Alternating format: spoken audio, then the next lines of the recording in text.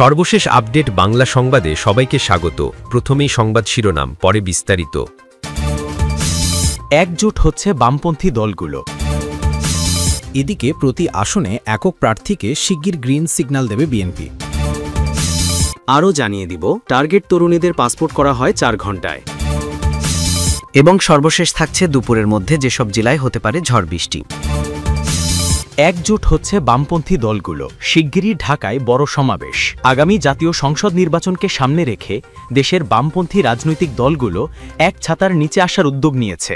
বাম গণতান্ত্রিক জোট ও গণতন্ত্র মঞ্চ এই দুই প্ল্যাটফর্ম ছাড়াও বাইরে থাকা কয়েকটি বাম ও প্রগতিশীল দলের সঙ্গে ধারাবাহিক বৈঠক চলছে। লক্ষ্য একটাই, ভোটে ও আন্দোলনে শক্ত অবস্থান তৈরি করা। বাম গণতান্ত্রিক জোট ও গণতন্ত্র মঞ্চ সম্প্রতি একাধিক বৈঠকে বসেছে। পাশাপাশি গণফোরাম, বাংলাদেশ জাসদ, সাম্যবাদী দল, ঐক্য ন্যাপ ভাসানী সহ আরও কিছু বাম ঘরানার দলকেও আলোচনায় টানা হচ্ছে।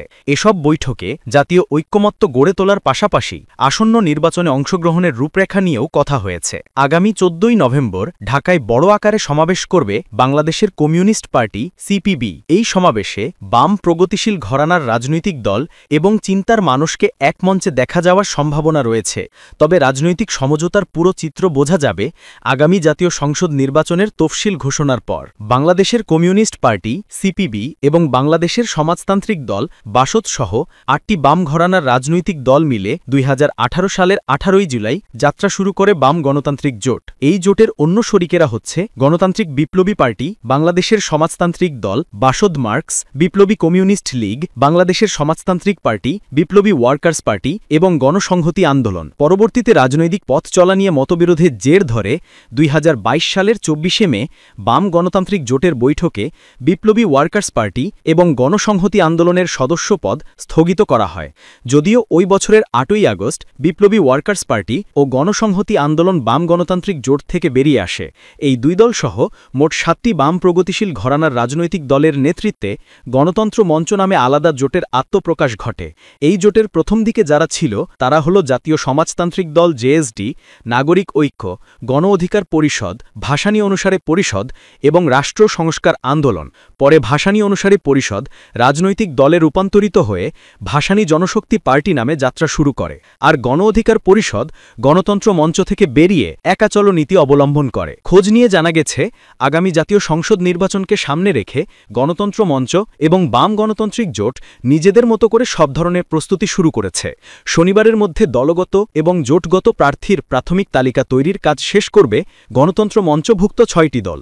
শনিবার জোটের শরিক নাগরিক ঐক্যের কেন্দ্রীয় কার্যালয়ে গণতন্ত্র মঞ্চের পরিচালনা পরিষদের এক জরুরি সভায় এই সিদ্ধান্ত নেওয়া হয়। এছাড়াও গণতন্ত্র মঞ্চের পরিধি বাড়ানোরও উদ্যোগ নেওয়া হয়েছে। এ নিয়ে সমমনা একাধিক রাজনৈতিক দলের সঙ্গে অনানুষ্ঠানিক আলাপ আলোচনা শুরু হয়েছে। জানতে চাইলে এ প্রসঙ্গে গণতন্ত্র মঞ্চের অন্যতম শরিক দল ভাসানী জনশক্তি পার্টির চেয়ারম্যান শেখ রফিকুল ইসলাম বাবুল যুগান্তরকে বৃহস্পতিবার বলেন, আমরা প্রাথমিকভাবে আমাদের দলগুলোর পক্ষ থেকে প্রার্থীদের একটি তালিকা তৈরির কাজ শনিবারের মধ্যে শেষ করব। এরপর পরবর্তী করণীয় ঠিক করব। গণতন্ত্র মঞ্চের পরিধি বা জোটের শরিক বানানোর সম্পর্কে তিনি বলেন, অনেকেই ইতোমধ্যে আমাদের সঙ্গে শরিক হওয়ার বিষয়ে আগ্রহ দেখিয়েছেন, অনানুষ্ঠানিক আলাপ আলোচনাও করেছেন। আমরাও চাই আমাদের মঞ্চের পরিধি বাড়ুক। তবে এ বিষয়ে আরও আলাপ আলোচনার পর চূড়ান্ত সিদ্ধান্ত নেওয়া হবে। আওয়ামী লীগ সরকার বিরোধী আন্দোলনে বিএনপির সঙ্গে যুগপৎভাবে রাজপথে ছিল গণতন্ত্র মঞ্চ। আগামী নির্বাচনে তারা বিএনপির সঙ্গে কিছু আসনে সমঝোতা করে ভোট করবে।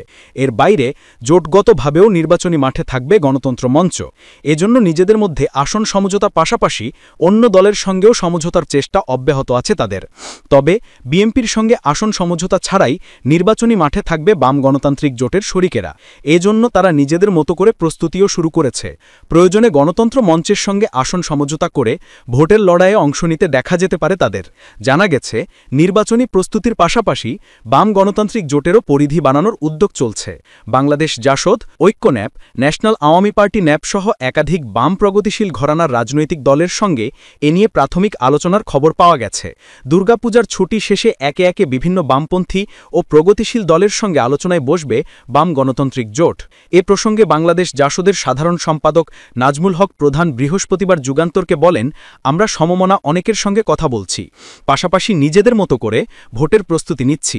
এছাড়াও দক্ষিণপন্থীদের মোকাবেলায় বাম প্রগতিশীলদের এক ছাতার নিচে আনারও চেষ্টা করেছে। এ প্রসঙ্গে বাম গণতান্ত্রিক জোটের সমন্বয়ক ও বাংলাদেশের সমাজতান্ত্রিক দল বাসদের সাধারণ সম্পাদক বজলুর রশিদ ফিরোজ যুগান্তরকে বলেন, নির্বাচনের বিষয়ে আমরা জোটগতভাবে প্রস্তুতি নিচ্ছি, তবে আসন বণ্টন বা সমঝোতা নিয়ে এখনও কারো সঙ্গে কোনো কথা হয়নি। পূজার ছুটি শেষ হলে আমরা বসব, কার কার সঙ্গে আমরা আলোচনা করতে পারি সেগুলো নিয়েও কথা বলবো।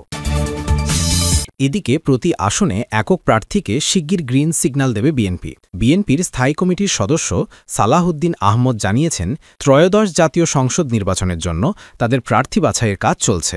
শিগগির আসনভিত্তিক একক প্রার্থীকে মাঠে কাজ করার জন্য গ্রিন সিগন্যাল দেওয়া হবে। গতকাল শুক্রবার রাজধানীর গুলশানের নিজ বাসভবনে সমসাময়িক রাজনৈতিক বিষয় নিয়ে গণমাধ্যমের সঙ্গে আলাপকালে এই তথ্য জানান সালাহউদ্দিন। সাংবাদিকদের প্রশ্নের জবাবে তিনি বলেন, বিএনপি একটি বৃহৎ গণতান্ত্রিক উদারনৈতিক রাজনৈতিক দল।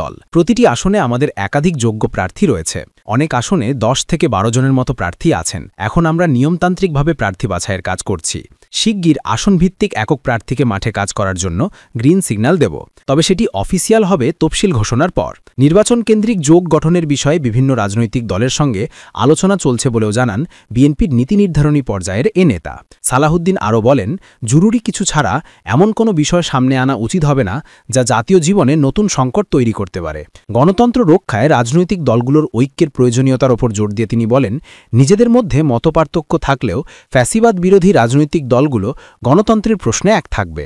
আওয়ামী লীগ প্রসঙ্গে সালাহউদ্দিন বলেন, আওয়ামী লীগকে বিচারের মুখোমুখি করতে বিএনপি দীর্ঘদিন ধরে দাবি জানিয়ে আসছে, তবে নির্বাহী আদেশের মাধ্যমে কোনো রাজনৈতিক দলকে নিষিদ্ধ করার পক্ষপাতী নয় বিএনপি।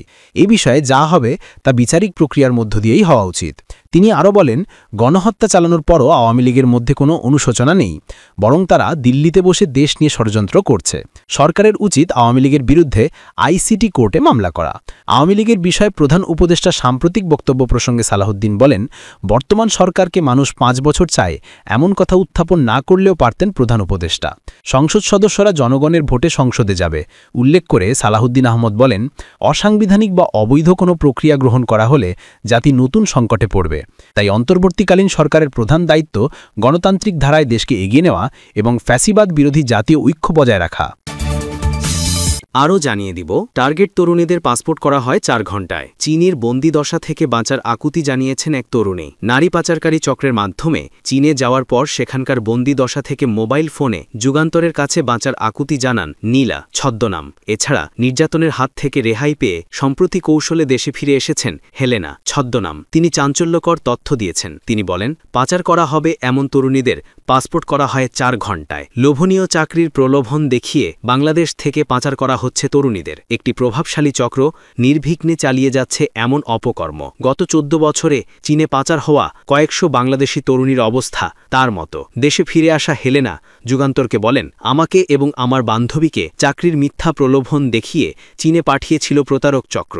বাংলাদেশ থেকে আরও তরুণী সেখানে নিয়ে যাব এমন আশ্বাস দিয়ে আমি দেশে ফিরলেও আমার বান্ধবী নীলা এখনও আটকা পড়ে আছে। পাচারকারীরা এখন আমাকেই চক্রের সদস্য হিসাবে ব্যবহার করতে চাচ্ছে। আমার মাধ্যমে আরও 3-4টে মেয়ে চীনে পাঠাতে চাচ্ছে ওরা। আমি যেভাবে সবকিছুতে জড়িয়ে গেছি, অন্য কোনো মেয়ে এভাবে প্রতারিত হোক তা আমি চাই না। একটি প্রভাবশালী চক্র নির্বিঘ্নে চালিয়ে যাচ্ছে এমন অপকর্ম। চক্রের নেতৃত্বে আছেন আব্বাস মোল্লা, তার প্রধান সহযোগী হলেন সিলভি